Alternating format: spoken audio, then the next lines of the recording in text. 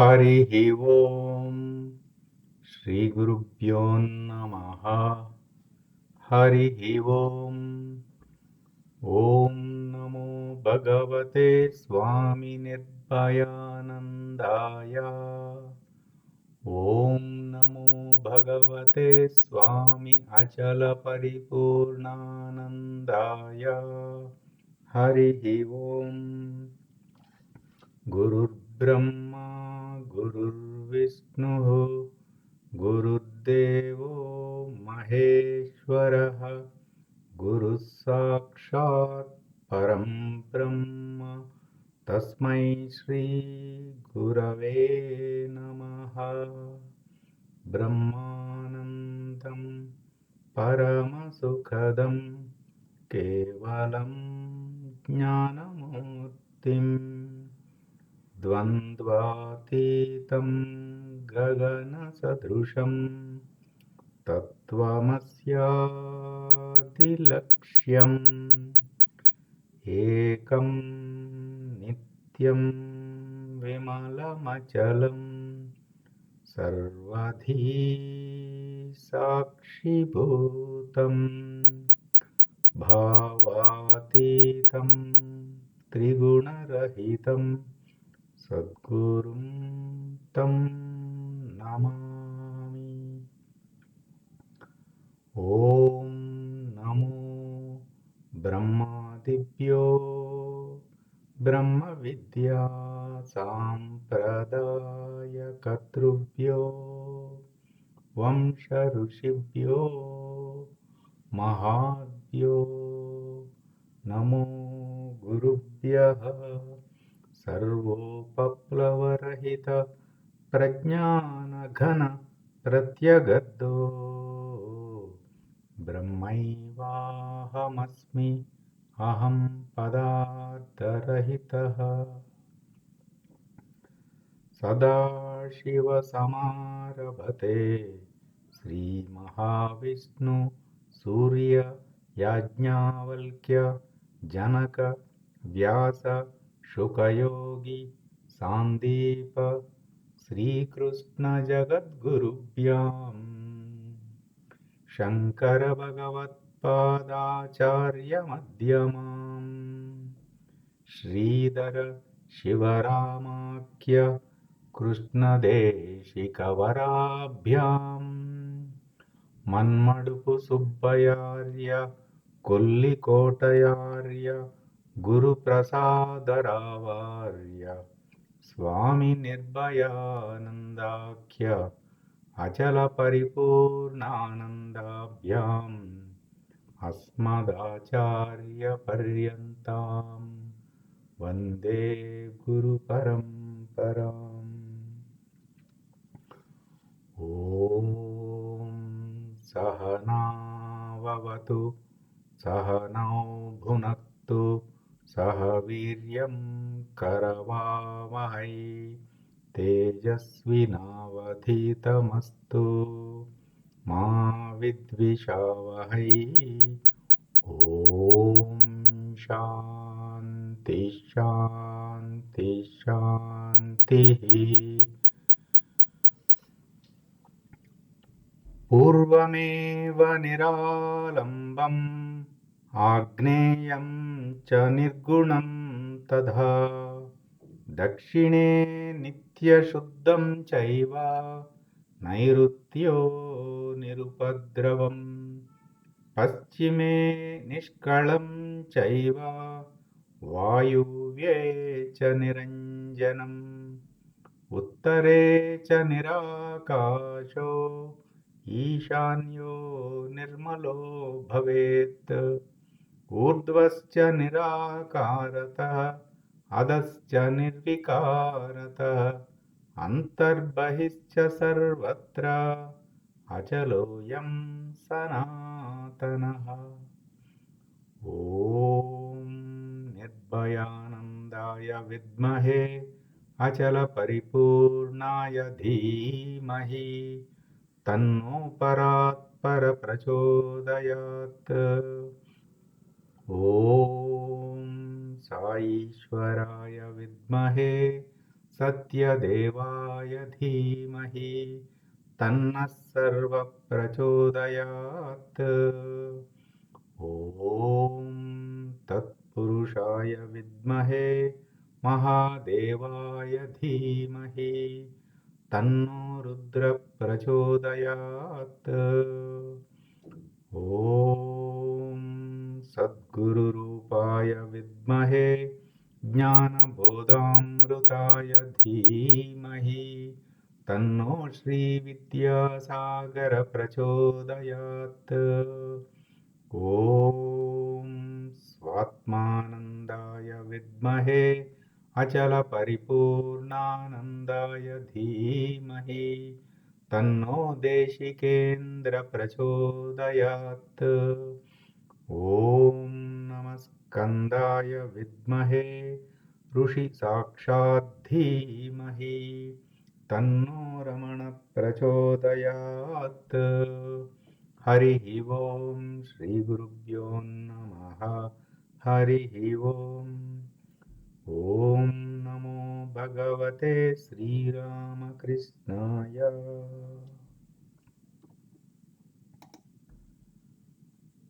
సాయిరామ్ అండి. నిన్న మనము 4వ శ్లోకంలో ఉనికిని ఎట్లా మనము గుర్తించాలి, ఆ ఉనికిగా ఎట్లా ఉండాలి అనేది చూసుకున్నాము. ఇంకొంచెం పరిశీలనగా చూసి మనము విచారణ చేద్దాము.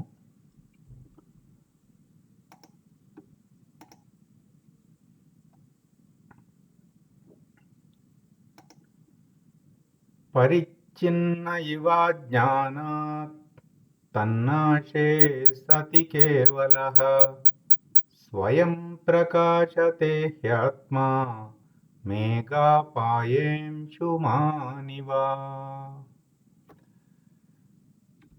ఇక్కడ మనం చూసుకుంటే మనము నిజానికి ఈ ఒక్క గురువాక్యము చాలా ముఖ్యమండి. మన వేదాంత సాధనలోనే ముఖ్యమైనది ఈ గురువాక్యం. అంటే మిగతావన్నీ మనకి ఇప్పటి వరకు చూసినవి ఒక అవగాహన కల్పిస్తున్నాయి. ఇక్కడ ఆ ఉనికిగా ఎలా ఉండటమో సూటిగా చెప్పేశారన్నమాట.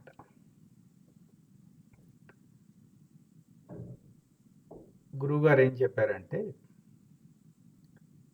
ఇది ఈ జ్ఞాన మార్గంపు ప్రయాణము ఇది చిన్నపిల్లల ఆటలు కాదు మాట. ఇది మన మీద మనము చేసుకుంటున్న ఒక సర్జరీ లాంటిది. చాలా జాగ్రత్తగా గురు సూచనల మేరకు వేయాలి.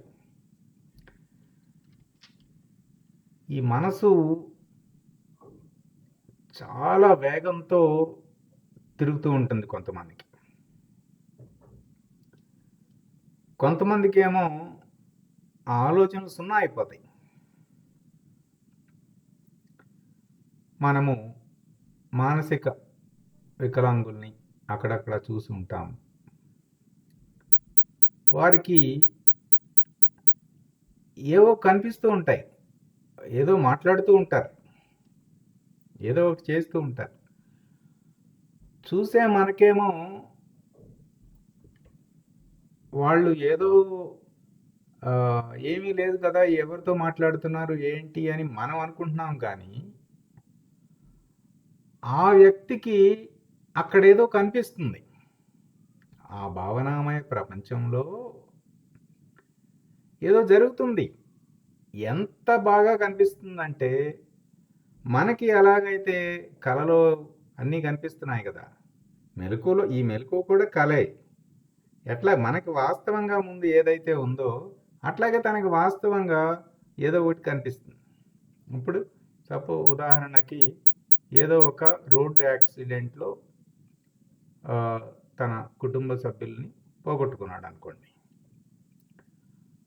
అది డైజెస్ట్ చేసుకోలేకపోయాడు.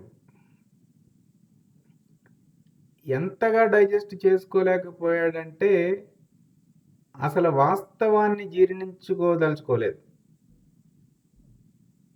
మనం పత్రికల్లో వార్తలు చూస్తూ ఉంటాం కదా! కుటుంబ సభ్యులు ఎవరైనా పోతే వాళ్ళని దాచేసేసి వాళ్ళు బతికున్నట్టుగానే వాళ్ళు జీవిస్తూ చేసేస్తూ అలాగే అట్టిపెట్టేసుకుని ఉంటారన్నమాట. అంటే అది జరిగింది వాస్తవంగా. ఆ వాస్తవాన్ని కానీ ఆ భావనా ప్రపంచంలో మాత్రం వాళ్ళు బతికే ఉన్నారు. ఆ భావనా ప్రపంచంలో బతికి ఉన్నదే వాళ్ళకి కావాలి, వాళ్ళ మనసుకి. వాస్తవంగా ఆ వ్యక్తి కాలం చేసేసాడు, అది ఒప్పుకోవడం లేదు. అట్లాగే జరగరానివి ఏవైనా జరిగినప్పుడు ఆ వాస్తవాన్ని అంగీకరించకుండా ఆ భావనామయ ప్రపంచము ఉంది కదా, ఎందుకంటే ఆ భావనామయ ప్రపంచంలో అక్కడ అది జరుగుతుంది. ఆ తెలివి తప్పుకుంటుంది. ఆ తెలివే కదా పైన ఉంటుంది కదా, మనసు పైన. మనం ఏంటంటే ఆ తెలివితో ఉండటం అంత ముఖ్యం. మనకి జ్ఞాన మార్గంలో విక్షేపం రాకూడదు. తెలివితోనే జరగాలండి ఏదైనా. ఆ తెలివి తప్పుకుని ఆ మానసిక వికలాంగుడికి ఆ పరిస్థితి ఏ విపరీతం జరిగిందో ఆ వ్యక్తి జీవితంలో, ఆ విపరీతమే ఒక 120 కిలోమీటర్ స్పీడ్లో ఆ మనసులో తిరుగుతూ ఉంటుంది. ఇక జీవితాంతం తిరుగుతూ ఉంటుంది. ఆ తెలివి నుంచి తప్పేసుకున్నాడు. అది ఒక స్థితి. ఇక ఈ మనసులోని ఆలోచనల్ని విరమించి అసలు ఆలోచనలు లేకుండా ఉండి ఆలోచనలు సున్నా అయిపోయిన స్థితి ఒకరిది. వీరిని మస్తులు అంటారట. మస్తులు. మీకు ఇంటర్నెట్లో కూడా మస్తులు అంటే యూట్యూబ్లో వస్తాయి. అంటే ఏమి ఆలోచనలు, ఎవరిని ఏమీ అనరు వారు. అలా ఉంటారు అంతే. ఉన్నారా అంటే ఉన్నారు, లేరంటే లేరు. అంతే, అలా ఉంటారు. ఏ ఆలోచన ఉండదు. ఇక ఎవరైనా ఏమన్నా పెడితే తింటే తింటారు, లేదంటే లేదంతే. ఈ మస్తులు తర్వాత మళ్ళీ అవధూతలని ఉంటారట. ఈ అవధూతలకేమో తెలివి ఉంటుంది, అలాగే దైవీ ప్రణాళికలో భాగమై పనిచేస్తూ ఉంటారు. అట్లాగే మరొకరికి సహాయం కూడా చేయగలుగుతారు. ఈ అవధూతల కన్నా పైన సద్గురువులు ఉంటారు. ఇవంతా కూడా ఆ దివ్యత్వము, దైవీ ప్రకటనలో భాగంగా జరుగుతున్నది. ఆ సద్గురువులు ఇంకా పైన భగవాన్, సాక్షాత్తు భగవంతుడు, భగవాన్ అవతారమూర్తులు. ఇట్లా మనము చూడండి, ఈ భావనామయ ప్రపంచము తెలివితోనే ఇదంతా ఉంది, ఆధారపడి ఉన్నది. అంటే బాగా ఇప్పుడు పసిఫిక్ మహాసముద్రంలో చిన్న చేప సముద్రాన్ని చూడాలనుకుంది. ఇంతకుముందు కూడా చెప్పుకున్నాం కదా, మళ్ళీ చెప్తాను ఎందుకంటే చాలా ముఖ్యం. అది సముద్రాన్ని చూడాలంటే లక్షణయుతంగానే చూడాలి. నేను ఉన్నదే సముద్రంలో, ఎందుకంటే ఇది ఒప్పుగానే ఉంది, అది ఒప్పుగానే ఉంది, ఇది ద్రవము, అది ద్రవము, లక్షణయుతంగానే సముద్రాన్ని గుర్తించాలి తప్ప ఈ చేప ఆ సముద్రం అంత వ్యాపకం అవ్వక్కర్లేదు, ఈ సముద్రాన్ని, పసిఫిక్ మహాసముద్రం మొత్తాన్ని చుట్టక్కర్లేదు. అలా తాను సముద్రం అని ఎక్కడ గుర్తించాలి? అలా ఆ నామరూపాలు తీసేసి చూస్తే సముద్రము నేను ఒకలానే ఉన్నాం కదా అన్న ఏకత్వం వస్తుందన్నమాట. అంటే భేద దృష్టి నుంచి సమత్వ దృష్టికి, సమత్వ దృష్టి నుంచి ఏకత్వ దృష్టికి, ఇలా దృష్టిని మార్చుకోవటం అనేది ఈ వేదాంత పద్ధతి అండి. ఈ పద్ధతిలో మనము ఇప్పుడు ఇక్కడ చూడండి,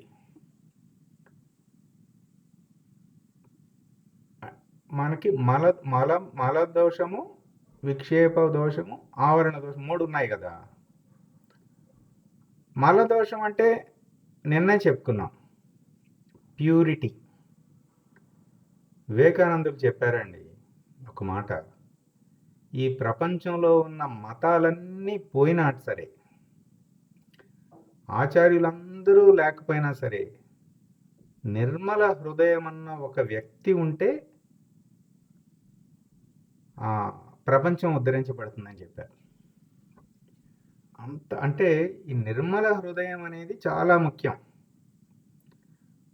మానసికంగా, మాట, చేత, ఆలోచన, చూపు అంతా నిర్మలంగా ఉండాలి.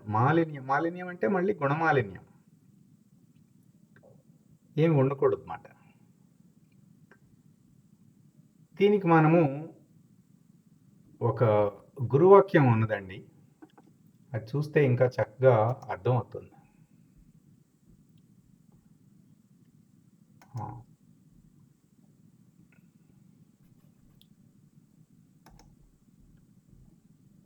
ఇక్కడ మీకు స్క్రీన్ మీద కనిపిస్తుంది కదండి, చూడండి. ఈరోజు గురువు గారు కూడా మనకి కొన్ని సూచనలు చేశారు. ఆ సూచనల్ని మనము శక్త్యానుసారం చేయాలన్నమాట. ఆ శక్తికి తక్కువ చేసామనుకోండి, అంటే మనకి పంచోపచార పూజ చేసే శక్తి ఈశ్వరుడు అనుగ్రహించాడు కానీ చేయటం లేదనుకోండి, సంధ్యాసాధన చేసే శక్తి అనుగ్రహించాడు కానీ చేయటం లేదు,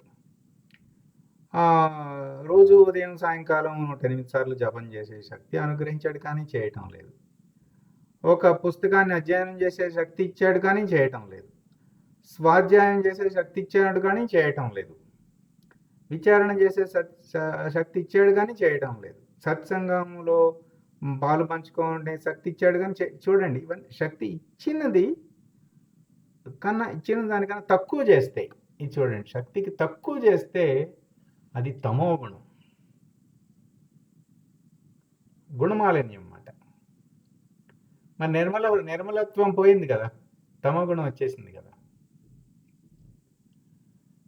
మరి ఇట్లా తమో గుణంతో ఏం చేసినా, ఒకవేళ ఏదో సుకృతం మేరకు ఏమైనా విజయాలు అవి సంప్రాప్తించినప్పటికీ ఆ వ్యక్తికి లోపల మనసులో తెలుస్తుంది, నేను దీనికి తగిన వాడిని కాను, నాకు ఆయాచితంగా లభించేసింది, అయినా ఈ కుర్చీలో కూర్చున్నానని లోపల నుంచి అది చెబుతూనే ఉంటుంది ఎప్పటికప్పుడు. అది అసంతృప్తి ఉంటూనే ఉంటుంది. ఇక రెండవది శక్తికి మించి చేయటం.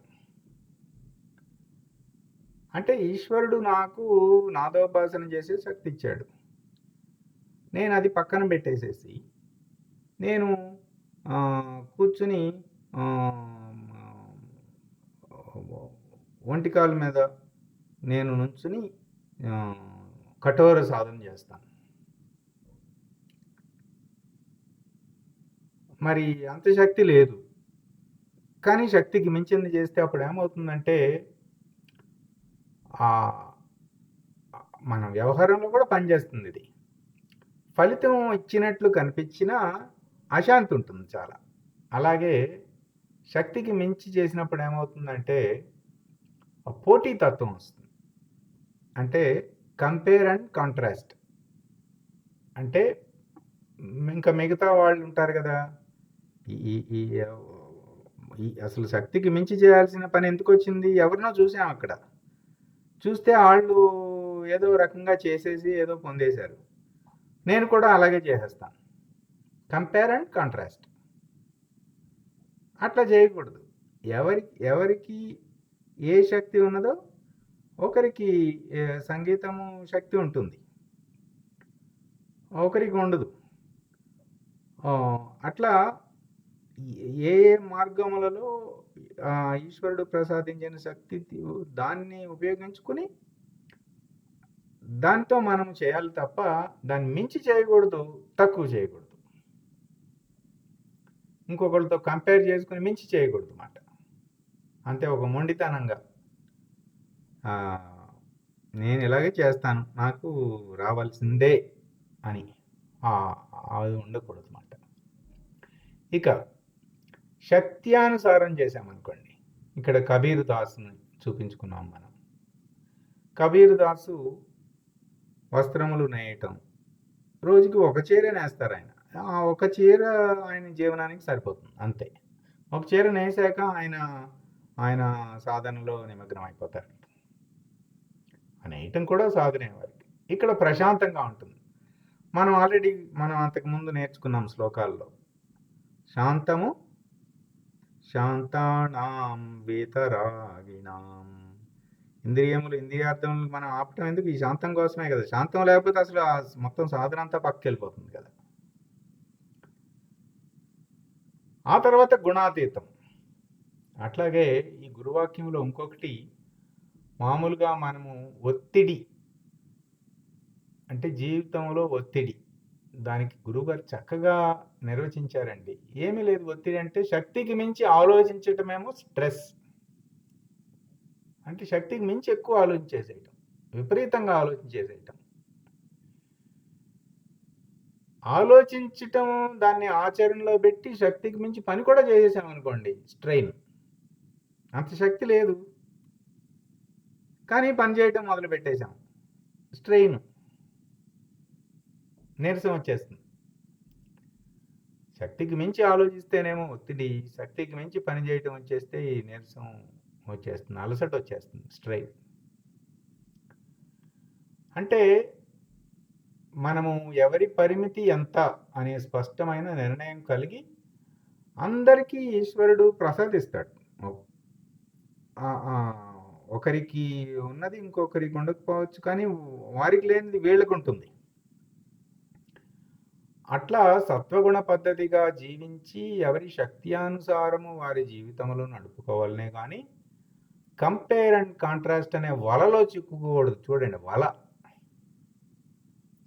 ఇట్లా గుర్తించి జీవనం దిద్దుకుంటే ప్రశాంతత.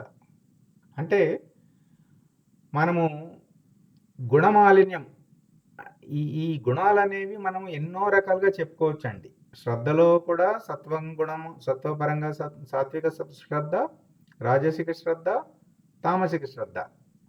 ఈ గుణాలనేవి అన్నిట్లోనూ మనకి మాటలలోనూ, ఆలోచనలోనూ, చేతల్లోనూ అన్నిట్లో ఉంటుంది. ఇది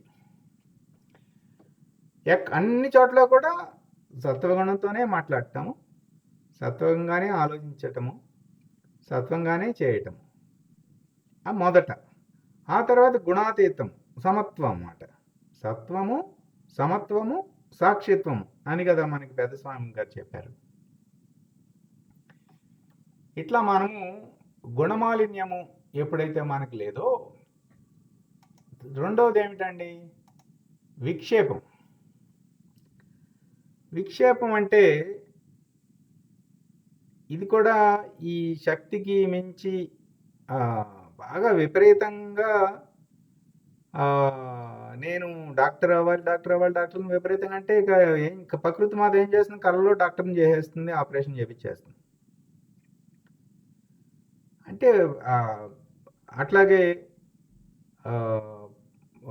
ఏదో పొందాలని బాగా విపరీతమైన ఆలోచన ఉంటే ఆ పొందవలసింది ఆ విక్షేపం సృష్టించబడుతుంది మనసు చేత. మనసు ఏదైనా చేయగలదు. ఎందుకంటే ఈ మనసు వెనకమాల ఉన్నది మళ్ళీ ఈ మనసు, మనం ఏమని చెప్పుకున్నాము? జ్ఞాత ప్రకాశము యొక్క ప్రతిబింబం అన్నాం కదా. జ్ఞాత ప్రకాశము ఈ మనసుపై ప్రతిబింబించింది కదా. అది ఆ ప్రకాశం అనంతమైన ప్రకాశము దీని మీద ప్రతిబింబిస్తే ఇది కూడా అనంతమైన శక్తి ఉంటుంది దీనికి. మామూలు శక్తి ఉండదు. అందుకనే అలా ఈ ఈ మనసు వల్లనే చాలా ఫోబియాలు రావటం. ఎన్నో మనము నిజానికి చూస్తే సంవత్సరానికి ప్రతి సంవత్సరము సుమారు 1,75,000 మంది ఆత్మహత్య చేసుకుంటున్నారు ఒక భారతదేశంలోని.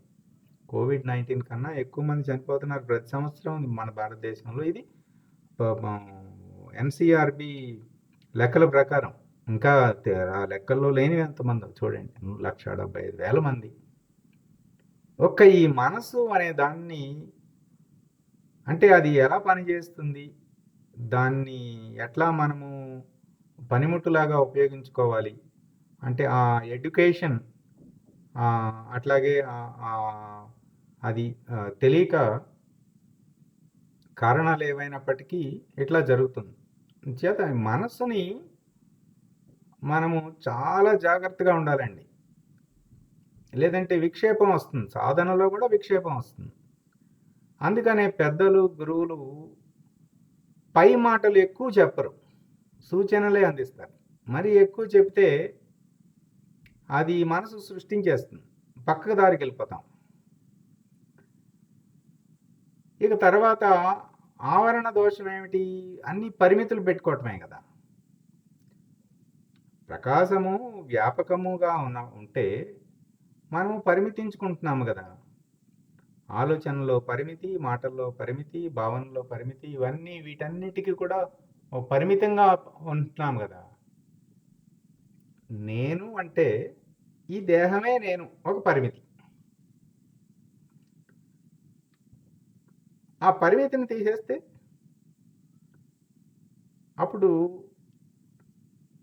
ఈరోజు మనకి గ్రూప్లో ఆ వీడియో వచ్చింది కదండి. మనకి బయట ఉన్న సూర్యుడు, మన గురువు కూడా సూర్యుడు. గురు చైతన్యము, గురు జ్ఞానము ఏమో లోపల సూర్యుడు మాట. మన మస్తిష్కంలో ఉన్న చీకటిని ప్రారదోలుతున్న జ్ఞాన సూర్యుడు గురు, ఈ సూర్యుడు. ఆ సూర్యుడు బయటున్న గురువు, బయటున్న సూర్యుడు. ఆ సూర్యుడు ఈ సూర్యుడు ఒక్కటే. ఏమి పరిమితులు ఏమీ లేవు, మధ్యలో ఏమి లైన్స్ లేవు, ఆవరణలు లేవు. ఈ సూర్యుడు ఆ సూర్యుడు ఏ జ్ఞాత ప్రకాశం అయితే ఉన్నదో ఆ కూటస్థుడి దగ్గర ఏ ప్రకాశం అయితే ఉన్నదో ఈ రెండు ప్రకాశములు ఒకటే. మనము భావనాపరంగా అట్లా ఒక పరిధి పెట్టుకున్నాము, కానీ ఒకటే. ఇట్లా నిర్మలత్వము, నిర్మల హృదయము చాలా ముఖ్యం. ఆ తర్వాత ఇక్కడ ఒకసారి ఈ గురువాక్యం చదువుకుందామండి. నేనున్నాను అనే ఎరుకను మాత్రమే మిగుల్చుకుని నేను వ్యవహరిస్తున్నాను అన్న ఆలోచనలన్నీ ఉడిగిపోయి అంతఃకరణం లేనప్పుడు స్వప్రకాశమే నేనుగా మూడవస్థలలో మిగిలిపోతావు. ఇది గురువాక్యం. ఎంతో ఉన్నదండి ఈ 3 లైనుల్లో, ఎంతో ఉన్నది. మనము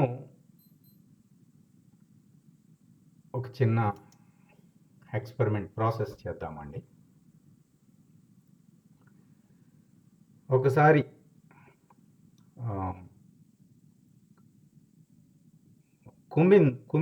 కుంభిద్దాం. మనం శ్వాస తీసుకుని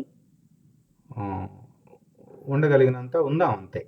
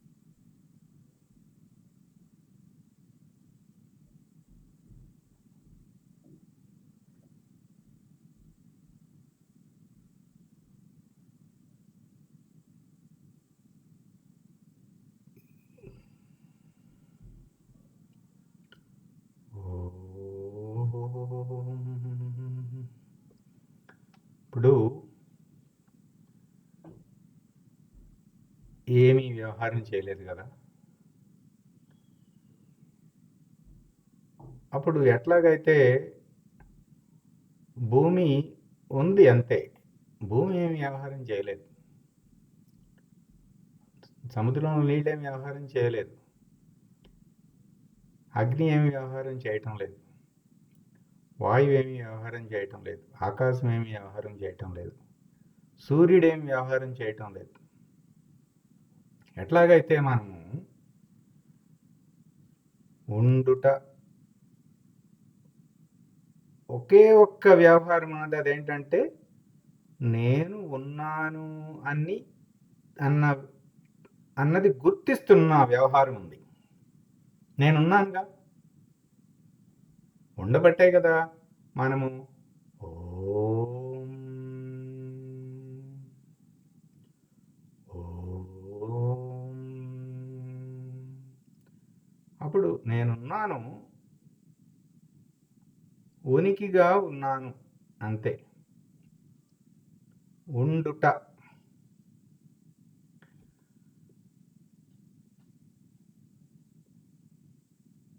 ఈ జరిగే వ్యవహారంతో నాకేమీ సంబంధం లేదు. అట్లా సూర్యుడు ఉన్నాడు. మన గురువు గారు కూడా పైకి ఆశ్రమం, ఆ టెంపుల్ ఎలా కన్స్ట్రక్షన్ చేస్తున్నారు చూస్తారు, ఇక్కడ శిష్యులందరినీ మళ్ళీ ఇంకా ఏంటి ట్రైన్కి వెళ్తున్నారా, మరి మీరు మధ్యలో భోజనానికి ఏర్పాట్లు డబ్బాలు ప్యాక్ చేసుకున్నారా, ఇవి చూడటానికి ఏంటంటే చాలా వ్యవహారం చేస్తున్నట్లు కనిపిస్తుంది అంతే. లోపల ఉన్న స్థితి ఉండుట అంతే.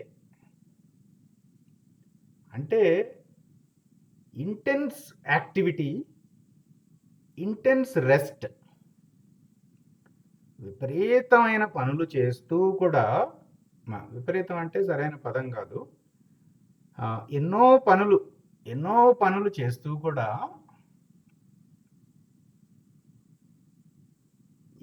ఎంతో విశ్రాంతి తీసుకొనుట ఏకకాలంలో.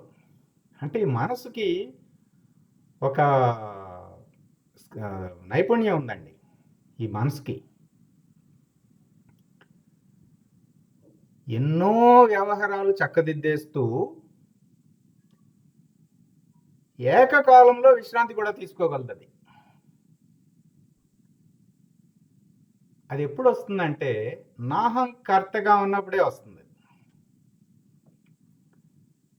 కర్తృత్వ భావనతో వ్యవహారం జరిగిందా, ఆ సూట్ కేసు మనం నెత్తిన పెట్టేసుకుని బరువు మోసేస్తున్నాం. అప్పుడు అలసట కూడా ఉండదండి. వ్యవహారం మనస్సు విశ్రాంతిగా ఉన్నప్పుడు అలసట కూడా ఉండదు. అంతే. నాహంకర్త అయితే ఏముండదు. అవును. ఎందుకంటే నేను చేయలేదుగా, అది నేనేం చేయలేదు. అప్పుడు దానికి ఏమి ఆ బరువు మనం మోయట్లేదు. ఆ అవకాశం ఈశ్వరుడు మనందరికీ ఇచ్చాడు.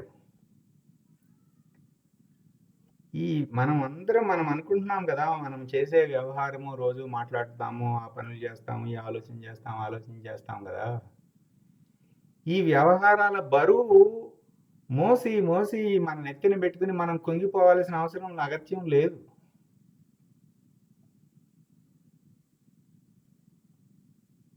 ఇది ఎట్లాంటిదంటే ట్రైన్ ఎక్కి సూట్ కేసు నెత్తి మీద పెట్టుకుని బెర్త్ మీద కూర్చున్నట్టు.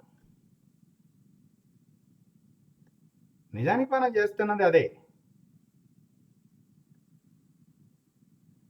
ఆ సూట్ కేసుని, మనని, ఆ కోచ్ని కూడా లాక్కుపోతుంది ఆ ట్రైన్. ఈశ్వర శక్తి, ఈశ్వర నియతి అంతా జరిపిస్తూ ఉంటే ఏమండి, భూమిని 24 గంటల్లో 6400 కిలోమీటర్ రేడియస్ ఉన్న బంతి 24 గంటల్లో ఒక చుట్టూ రౌండ్ వేసేస్తుంది. 6400 కిలోమీటర్ల వ్యాసార్థం. అంత భూమిని తిప్పేది మన జీవితాన్ని తిప్పలేదా? అది ఈ సీజన్స్, ఋతువులు, నేను మనం జలచక్రం చూసాం కదా, ఎంత కాంప్లికేటెడ్గా ఉంది అసలు. ఆ ఈశ్వర నియతి. ఒక చెట్టు చూడండి, చెట్టు చూస్తే అది ఎంత నైపుణ్యంతో ఉన్నది.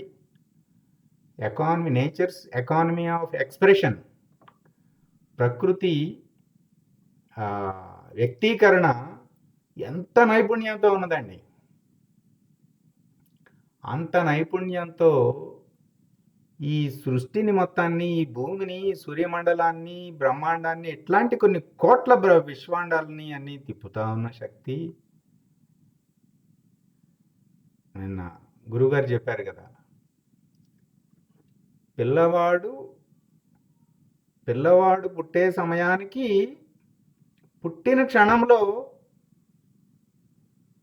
తల్లి దగ్గర పాలు రెడీ చేస్తాడు ఈశ్వరుడు. ఎంత ఎవరు చేస్తున్నారు? అట్లాగే మొన్న సత్సంగంలో గురుగారు చెప్పారు, ఆ జైగోట్, మనం పుట్టడానికి కారణం జైగోట్ ఏర్పడుతుందన్నమాట. ఆ జైగోట్ అనేది మొట్టమొదటి కణం ఏర్పడినప్పుడు, ఆ ఏర్పడిన క్షణానికే ప్లేసెంటా అనే బెడ్ వచ్చేస్తుందంట.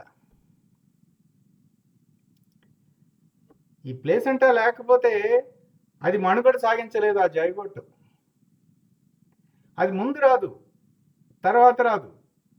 ఎప్పుడైతే జైగోట్ ఏర్పడిందో ఆ ప్లేసెంటా వచ్చేస్తుంది. మావి అంటాం కదా, అది మళ్ళీ బయటకు వచ్చే వరకు అదే రక్షిస్తుంది. ఎవరు ఏర్పాటు చేశారు? మరి అంత చేసిన మన తెలుగులో సామెత, నారు పోసిన వాడు నీరు పోయడా అని. మరి ఎందుకు మనకి ఈ ఒత్తిడి, స్ట్రెస్, స్ట్రెయిన్? అందుచేత నాహం భోక్త, నాహం కర్త, నిస్సంగత్వం, ఈ 3 నకారాలతో బాగా గుర్తుపెట్టుకోవాలన్నమాట. అప్పుడు మన బరువు, మనం ఈ బరువు అన్ని మోయాల్సిన అగత్యం లేదు. కానీ ఆయన్ని చేయటం మానేయకూడదు. బాగా ఆర్టీసీ క్రాస్ రోడ్డులో నుంచున్నామండి, బస్సులు అన్నీ అటు ఇటు వెళ్ళిపోతున్నాయి, మంచి ట్రాఫిక్ రద్దీ, రణగొణ ధ్వనులు. కానీ ప్రశాంతంగా ఉండాలి. ఆ శబ్దాల మధ్యలో నిశ్శబ్దం ఉంది, ఆ నిశ్శబ్దాన్నే వినాలి.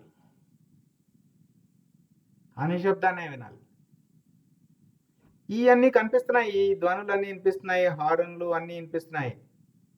కానీ మన దృష్టి మాత్రం ఆ నిశ్శబ్దం మీదే ఉండాలి. వినపడుతుంది. ట్రాఫిక్ చౌరస్తా, ఆర్టీసీ క్రాస్ రోడ్, అటు ఇటు కదిలిపోతున్నారు, నడుస్తున్నాము అంటే ఏకకాలములో వ్యవహారము, ఏకకాలములో విశ్రాంతి.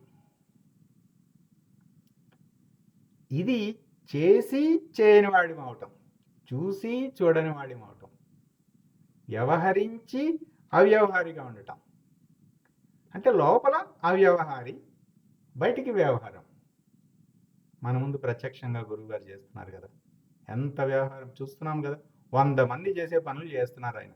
ఏమో ఒక సంవత్సరంలో ఆశ్రమము, ఆలయం అంటే 100 మంది చేయాల్సిన పని అన్నీ ఆయనే. కానీ ఏమైనా కదిలేరు? ఏమీ కదలలేదు. ఇక్కడ ఈ గురువాక్యంలో ఇది చాలా బాగా పట్టుకోవాలండి.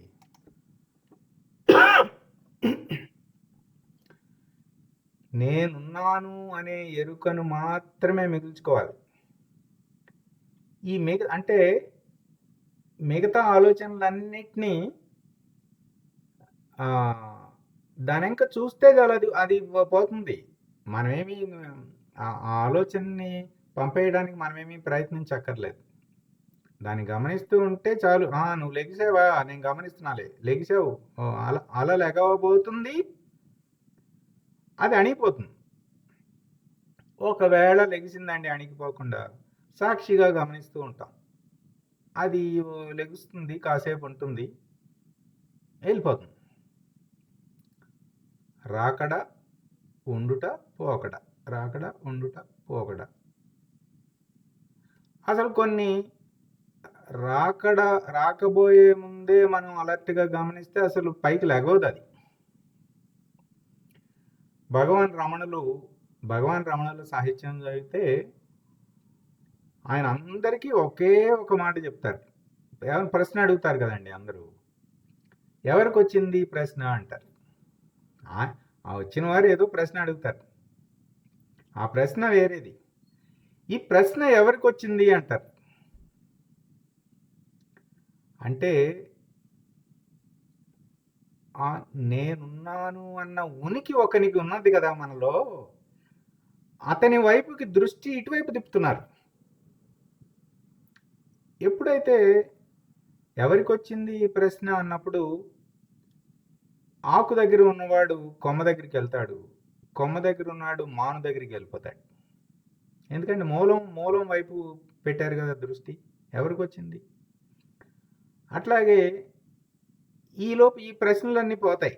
అట్లా రమణులు ఏమన్నారంటే, కొరివి కట్టే అనే ఆలోచన మిగతా కట్టెలన్నింటినీ దహించి వేస్తుందట. అంటే కోహం నేనెవరు నేనున్నాను కదా, నేనున్నాననే అనుభవం తెలుస్తుంది కదా. నేను నేనెవరు అంటే అప్పుడు గురువుగారు మంత్రోపదేశం చేసి, నాయనా నువ్వే సోహం సోహం సోహం, ఆ శివశక్తైక్య రూపం బిందుస్థానమున నీయందే ఉన్నది ఆజ్ఞాచక్రమున, నువ్వు మంత్రం జపించు నాయనా అని చెప్పి మంత్రోపదేశం చేసినప్పుడు అప్పుడు మనము సోహం సోహం సోహం సోహం సోహం సోహం సోహం అలా చేస్తూ ఉండగా ఆ ఉండుట, నేను ఉన్నది, నేను ఉన్నాను హంస సోహం సోహం సోహం సహం. అంటే నేను ఉన్నాను, అహం నేను ఉన్నాను. వేదం అంటే అర్థం ఇదం, ఇది ఉన్నది.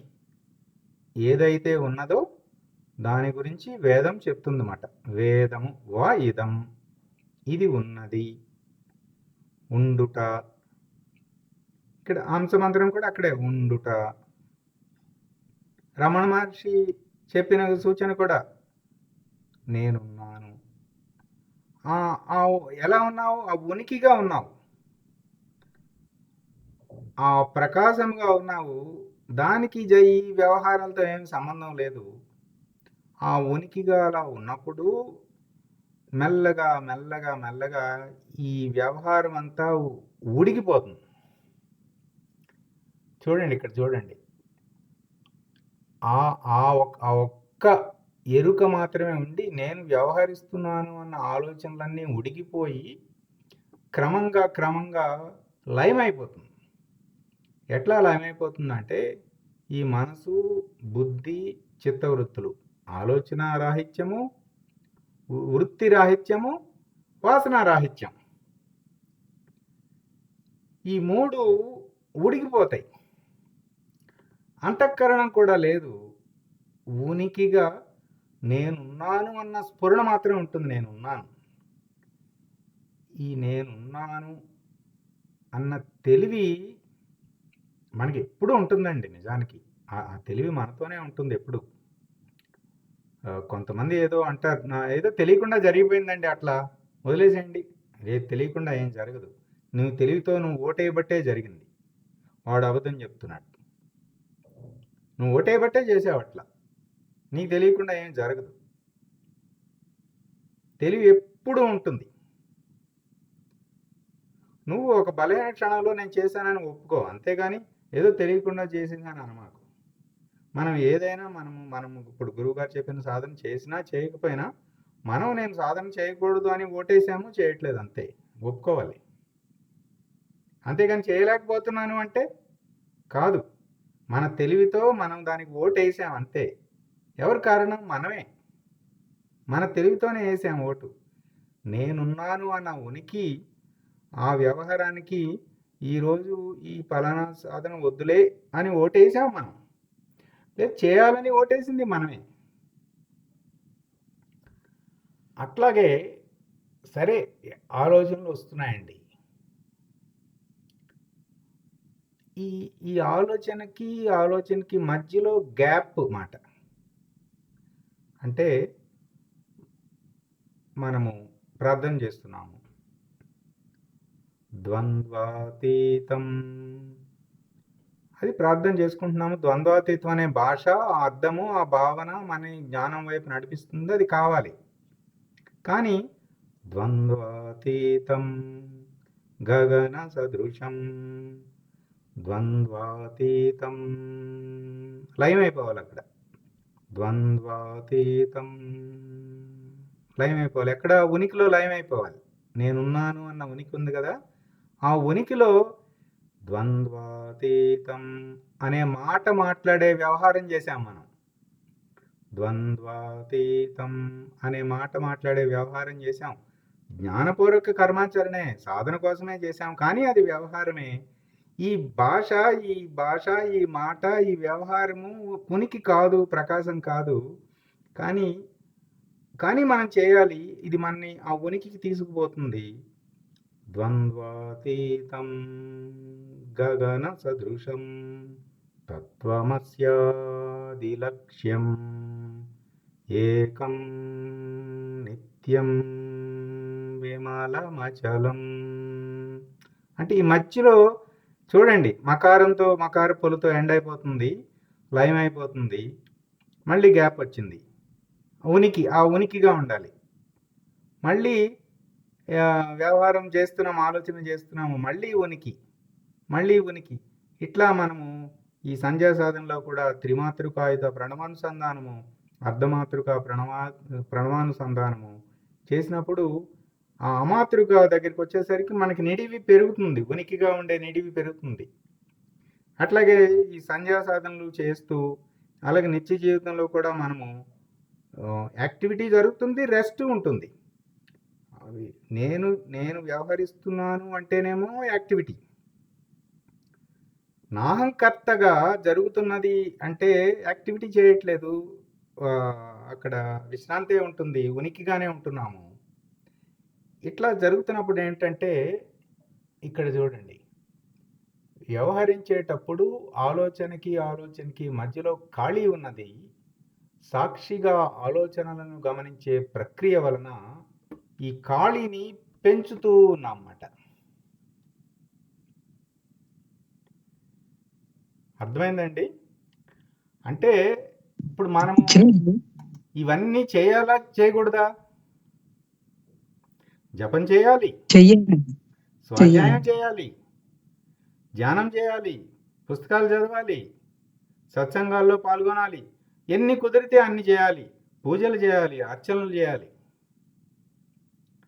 కానీ ఆ చేత ఉండుట అనే ఉనికి కాదు. అంటే చిన్న డౌట్ అండి, ఇప్పుడు వర్తమానంలో ఉన్నప్పుడు ఉనికిగా ఉన్నట్లే అని అంటారా? అంతేగా, వర్తమానంలో ఇప్పుడు మనం పని మీదే దృష్టి పెట్టాము, వేరే ఏది లేదు అక్కడ.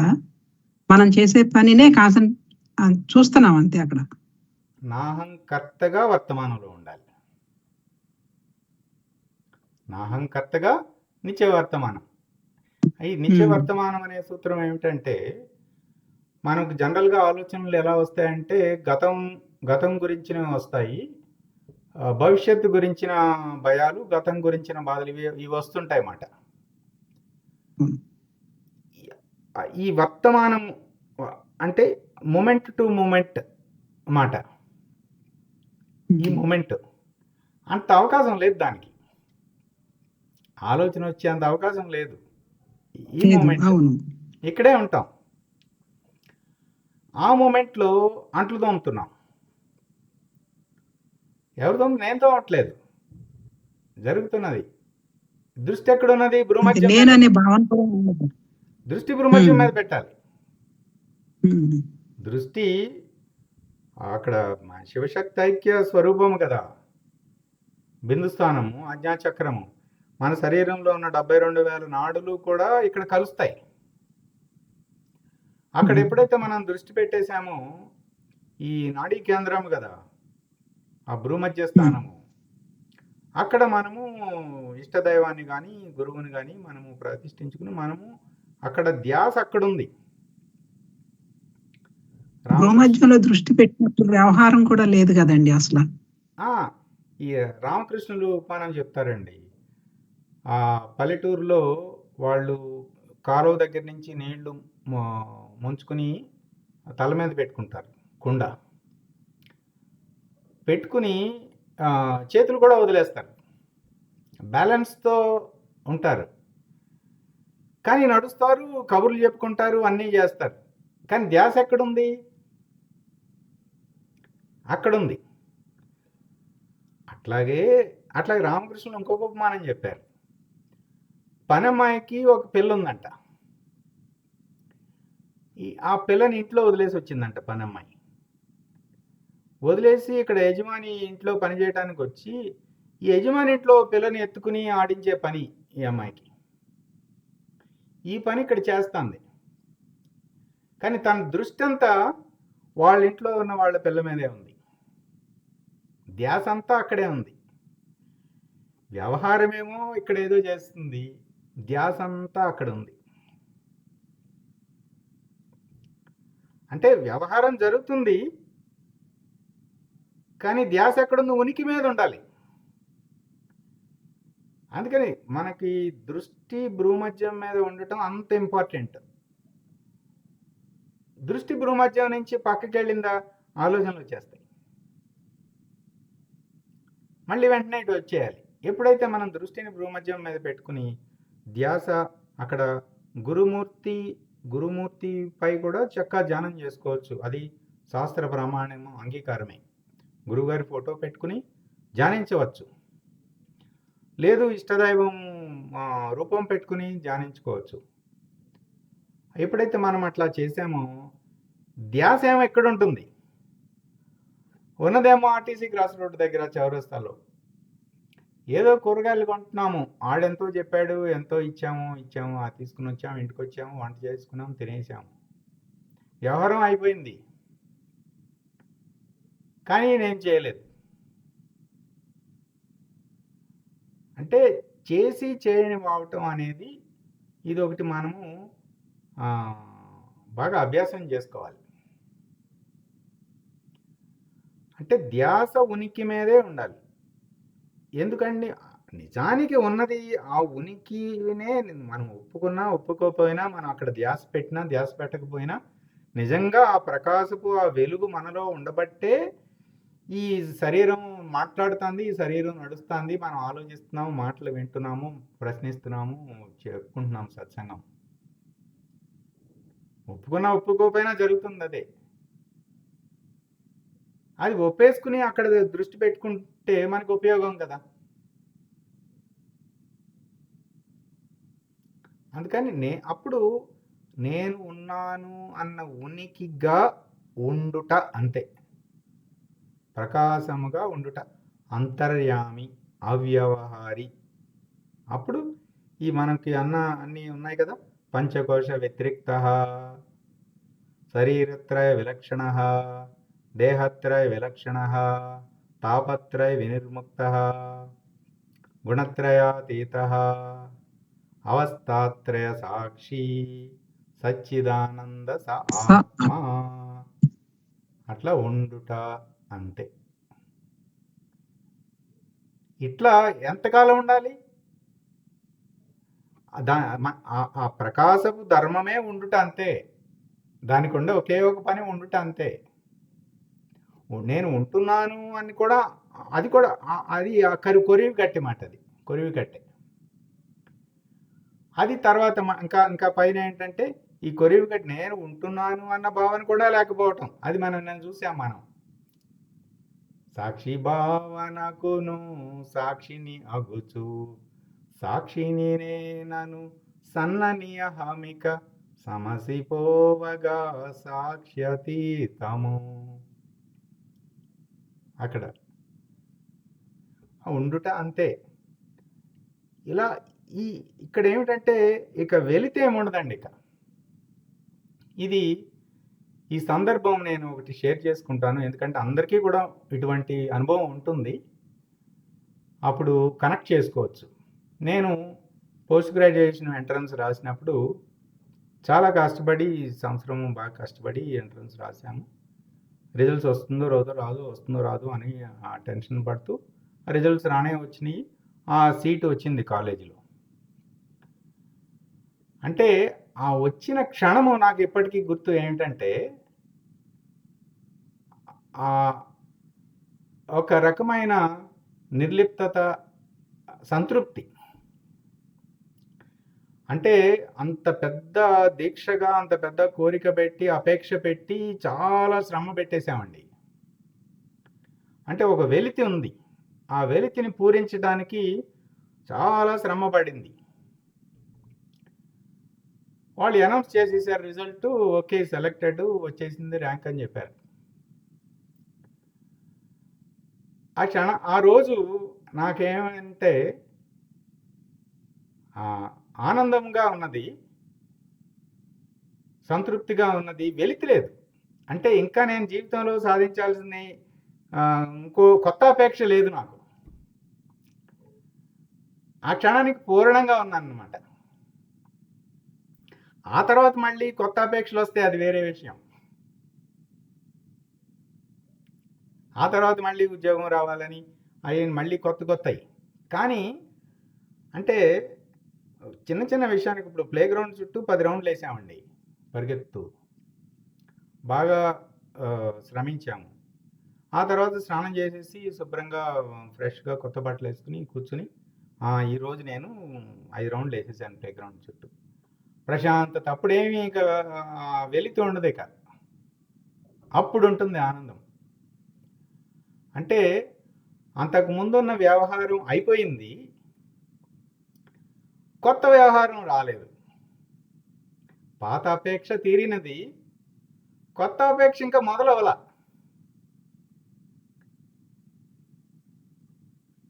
అక్కడ ఉనికిగా ఉన్నాం మనం. ఆ ఆనందము నిజానికి అపేక్ష తీరటం వలన వచ్చిందా, ఉనికిగా ఉండటం వలన వచ్చిందా? ఉనికిగా ఉండడం వల్ల వచ్చింది. అది ఇప్పుడు అర్థమైంది, ఆ ఉనికిగా ఉండడం అనేది. కానీ మనం దేనికి ఆపాదించుకుంటున్నాము?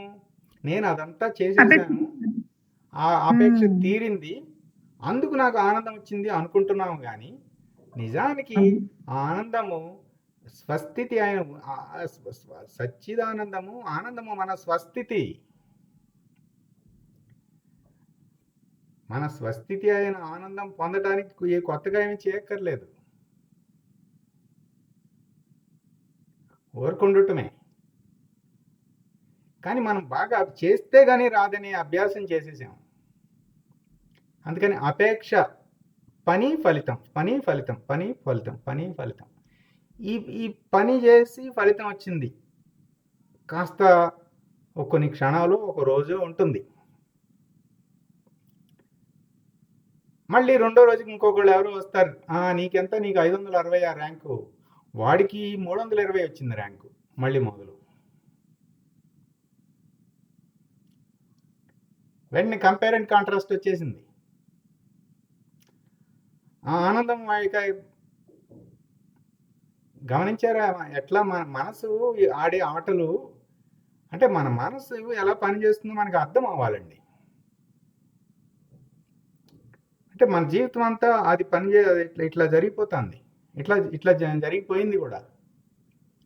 ఇప్పుడు మనము గురువు గారి మాటల ద్వారా మనం తెలుసుకున్నాం కదా. అప్పుడు అయిందేదో అయిపోయింది. ఇప్పుడు ఇప్పటి నుంచి అయినా మనసుకి ఉనికిగా ఉండుట అభ్యాసం చేపించాలి. ఇక ఒక్కటే ఒక అపేక్ష ఏమిటి? ఉనికిగా ఉండుటనే మోక్షాపేక్ష. ముముక్షూణామపేక్షోయం ఆత్మబోధో విధీయతే. మోక్షం కావాలనే ఏకైక అపేక్ష ఉనికిగా ఉండుట అనే కొరివి కట్టే ఒక్కటే ఉన్నది. ఇక మిగతా వాటి మీద నాకు ఇష్టం లేదు. ఏమైనా వచ్చిందా, ఈ కొరివి కట్టుతో దాన్ని కాల్ చేస్తాను. నేను కాల్చక్కర్లేదు, అది దానికి ఒకసారి చూస్తే చాలు, అదే అణిగిపోతుంది. అనంతమైన ఆత్మ చైతన్యము శక్తి ముందు అది ఎంత అండి? ఇదేమో సముద్రం, దాని శక్తి చాలా తక్కువ. ఉమ్.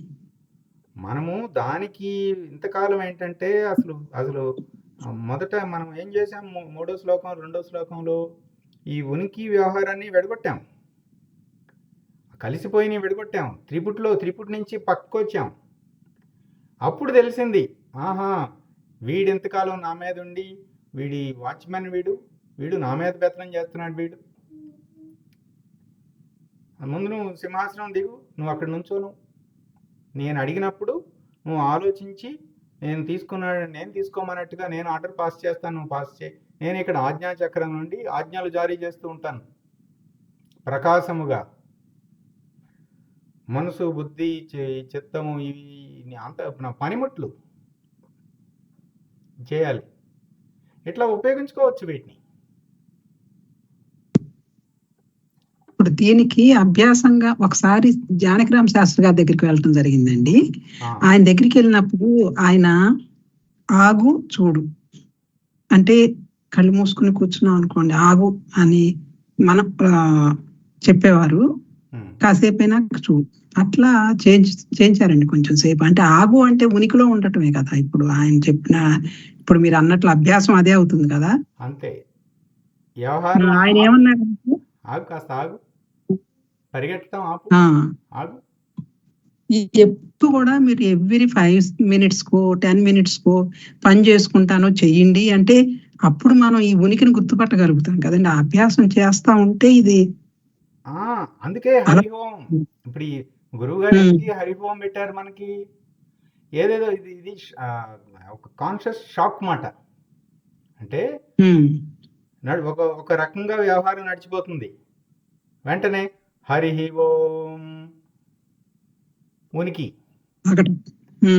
మళ్ళీ ఏదో చేసాం, హరి ఓం హరి ఓం హరి ఓం. అట్లాగే మనం చేసే జపం పక్కకి వెళ్ళాము, మళ్ళీ ఓం నమ శివాయ శివాయ నమ ఓం, ఓం నమ శివాయ శివాయ నమ ఓం, హరి ఓం, ఏదో ఒకటి. ఇది చెప్పేసరికి మళ్ళీ కట్టుకోయ దగ్గరికి వచ్చేది. కట్టుకోయ ఉనికి అనేక ఈశ్వరుడు కట్టుకోయ దగ్గరికి వచ్చేసాం. అట్టేటట్టు వెళ్ళి మేసేస్తున్నాం వ్యవహారం, మళ్ళీ వచ్చేస్తున్నాం. ఇది ఒక అభ్యాసం మాట. ఇట్లా చెప్పారు గురువు గారు. మనము రేపు మిగతావి చెప్పుకుందామండి.